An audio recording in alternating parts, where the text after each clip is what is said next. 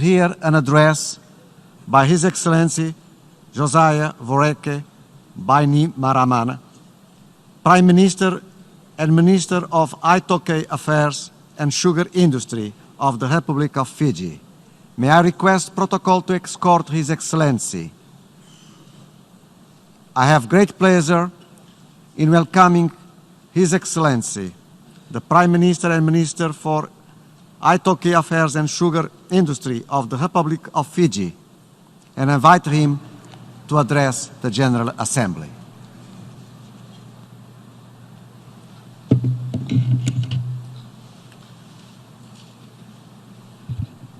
Thank you, Mr. President. Your Excellencies, the distinguished delegates, we have witnessed inspiring calls to action this week at the UN in pursuit of a more vibrant and resilient world. But with few exceptions, those contributions have not come from leaders. They have come from young people. Young people who are tired of watching helplessly as their future is hijacked by nations too blind to the catastrophe at our doorstep or too important to do what must be done. Young people living in terror at what the coming years will bring, but who are choosing to speak out rather than cower in fear. Young people who know a secure and prosperous future remains within reach, but only if we as leaders choose to act, and act now to save them.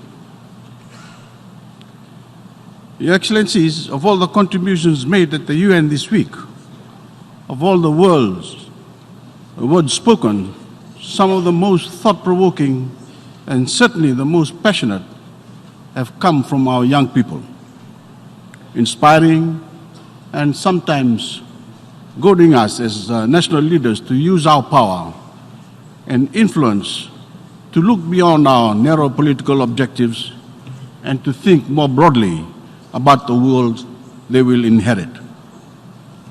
A few hours ago, the world's leading climate scientists, through the Intergovernmental Panel on Climate Change, issued a report that adds a new dimension of horror to the world our children and grandchildren will inherit. They have warned that global warming is turning our seas into a huge potential threat to humanity, saying that the global average sea levels could increase by up to 1.1 meters by 2100 in the worst warming scenario. This is a rise of 10 centimeters on previous IPCC projections because of the larger ice loss now happening in Antarctica. This is heartbreaking news for tens of thousands of Fijians in our coastal areas and all people in low-lying areas around the world. And it adds considerable urgency to the mission of Fiji's Climate Relocation and Displaced Peoples Trust Fund for communities and infrastructure, which I launched Monday night here in New York. I urge everyone to read this report. It is from the top minds in their scientific fields. I say to any living in denial of the climate emergency, some of whom sit at the apex of certain governments, you readily listen to the scientists and take heed of the best research available in every other field of human endeavor. So you must not refuse to listen to the scientists on climate change. One of our youngest climate warriors, young Timothy Naulusala, makes his case far better than I ever could.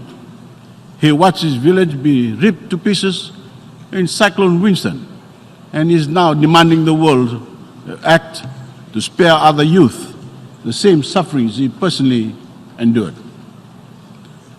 Excellencies and fellow leaders, if we fail to act, Timothy's worst fears will be realized, as we will condemn him and all young people to a hellish future. For all 195 member states of the United Nations, this is our moment of truth, the defining issue that will determine the course of history. Previous generations fought each other to uphold their own interests. But now the world must unite around our common interest to fight a more powerful enemy, a monster we created ourselves, a heating planet staggering under the excess of all who have taken its resilience for granted. Every nation has a role to play, but only the industrial nations have the economic capacity and advanced technical know-how to lead the world to victory in this struggle. Defeat is not an option. So to those who did not come to New York this week with fresh plans to tackle the climate crisis, or who came merely out of curiosity to observe, again, please examine the evidence, examine the facts.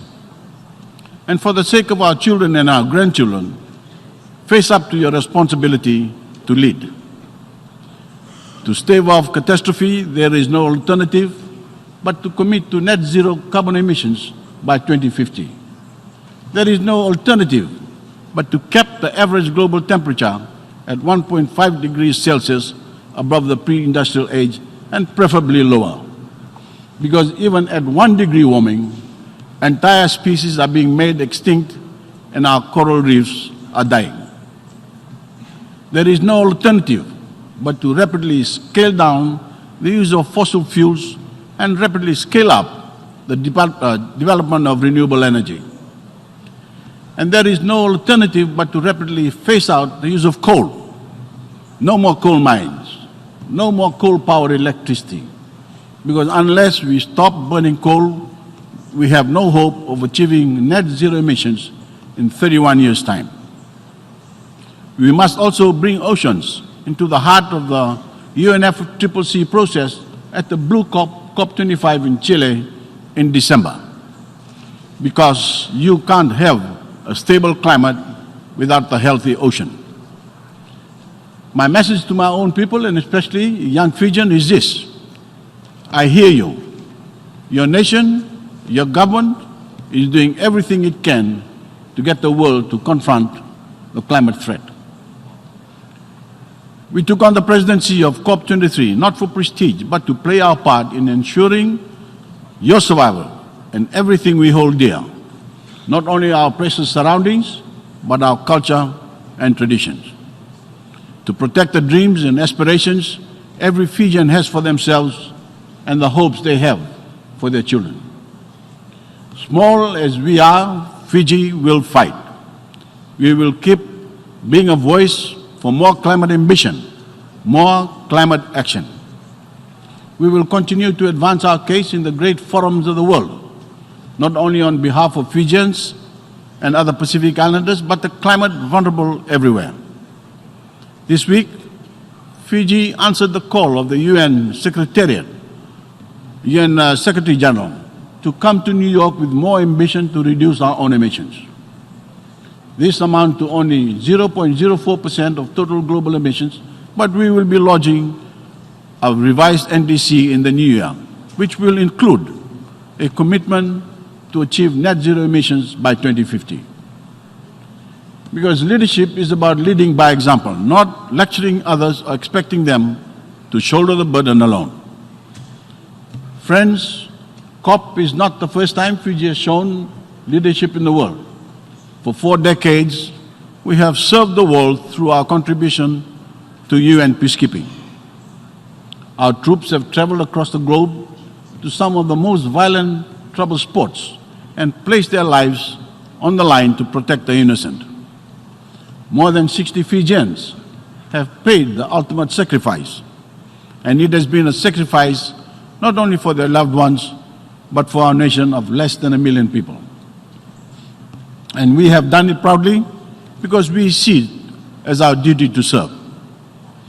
With the assistance of our development partners, Australia, we are establishing a new training center in Fiji for our peacekeeping activities and to provide a rapid response to climate-induced disasters in our region. Fiji will continue its contribution to UN peacekeeping, better trained and equipped troops, especially as conflict zones feel the stress of climate impacts. Our peacekeepers will even better prepared to assist affected communities. And in the climate fight, we've launched a host of initiatives to serve our people, the region and the world. We are working to reduce the emissions of our transport sector on land through electric buses and higher fuel standards, and at sea, working with our Pacific neighbors to transform our shipping fleets from diesel to hybrid and make them more efficient. We are working to protect our vulnerable coastline and coastal communities and towns from the rising waters and extreme weather events, including our global gateway, Nandi.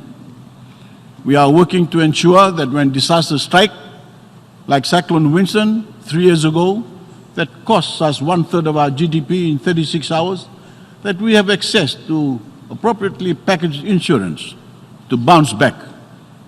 We are working to access adequate and affordable finance from public and private sources for climate adaptation. We are bringing solar power to communities that are off the national grid, and for the first of these projects on Vio Island will be the start of a program that we hope can be replicated throughout the Pacific. We are working to secure our infrastructure from extreme weather events, such as putting power lines underground and raising roads along our shores that are already threatened by the rising seas. And we start building back better after Winston. We will continue to build back better so that homes, schools, and public infrastructure are more resilient. We are relocating threatened communities to move them out of harm's way. Our Climate Relocation and Displaced People Trust Fund is operational, and we are seeking global support to assist our people who are displaced and to move the infrastructure they rely on, such as schools, health centers, roads, bridges, and our public utilities. We are raising money ourselves in Fiji for this fund through an environmental levy, but this effort needs to be scaled up. For me personally, one of our most exciting initiatives is to preserve and plant more of our forests and mangroves, and to monetize these through carbon trading arrangements in the international marketplace. As well as reducing our own carbon footprint and being an important component of our revised NDC, we want to fire the imaginations of our people and encourage them to protect our trees, our mangroves, and coral as well. Because they will not only have natural value, but be worth serious dollars and cents. Fiji is also becoming one of the first countries to enshrine our implementation of the Paris Agreement and other strands of our climate campaign in a new national law. The Climate Change Act gives us the legal tool we need to place climate action and ambition at the center of our national life. When it is passed by our parliament within the next few months, decisions by government and the private sector will have to factor in climate change in other laws will be amended to fall into line with the Act. The draft legislation is now online for public feedback on the Fijian government's website. It is groundbreaking and something other countries can emulate, state-of-the-art NDC enhancement, guided by a long-term vision and backed by a force of law that reinforces Fiji as a global leader in the climate fight. All of these measures are part of a holistic response to secure the future of every Fijian. However dire the climate threat may be, our people can rely on my government to do everything we possibly can to protect them, especially in time of crisis. For 13 years, empowering our people has been the hallmark of my government. First, leveling the playing field so that every Fijian enjoys equal opportunity in our new democracy. Providing free education for the first time so that no Fijian child is left behind. And we end the heartbreak of parents unable to send their children to school. Providing more access to higher education with scholarships and tertiary loans, and training tradespeople, and building national capacity in our network of technical colleges. Providing better access to health care, plus free medicine for low-income earners, and entering into public-private partnerships to improve our hospitals. Raising social wages, extending maternity leave, family care leave, and paternity leave. Improving our standards of governance and accountability. Fighting corruption and prudently managing the nation's finances. Ensuring that those living in rural and maritime areas enjoy the same access to services as those in our towns and cities. Providing incentives for investment and creating a record number of jobs. And we're harnessing the might of multilateralism through deeper partnerships with and leadership within financial institutions and development organizations. Fiji's willingness to give our time and energy to answer critical global calls to action, whether in peacekeeping, addressing climate change, or preserving our oceans, has earned us unprecedented respect. The reason these achievements have ultimately been possible is because my government has united the country, empowered our people, and given them a sense of purpose. And they will not permit those who seek to divide us and take Fiji backwards to ever succeed. But all of that progress remains at risk if the world does not heed the voices of our young and summon the collective will to confront the climate threat. It is our duty as the leaders of our own generation to secure the future of our planet and our only home for them and the generations to come, and to lay out a vision of the great opportunities that await the world when we embrace a sustainable energy future and a sustainable future for all living things. Thank you, Mr. President.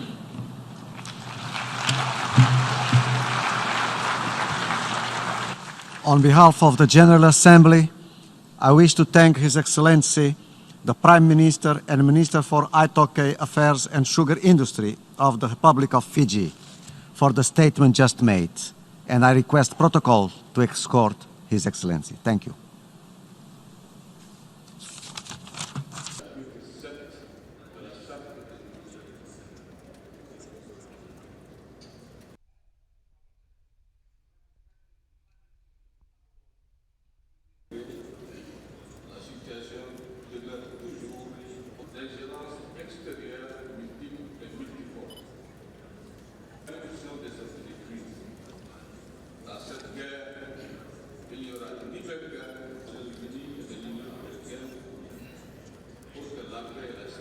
Gracias.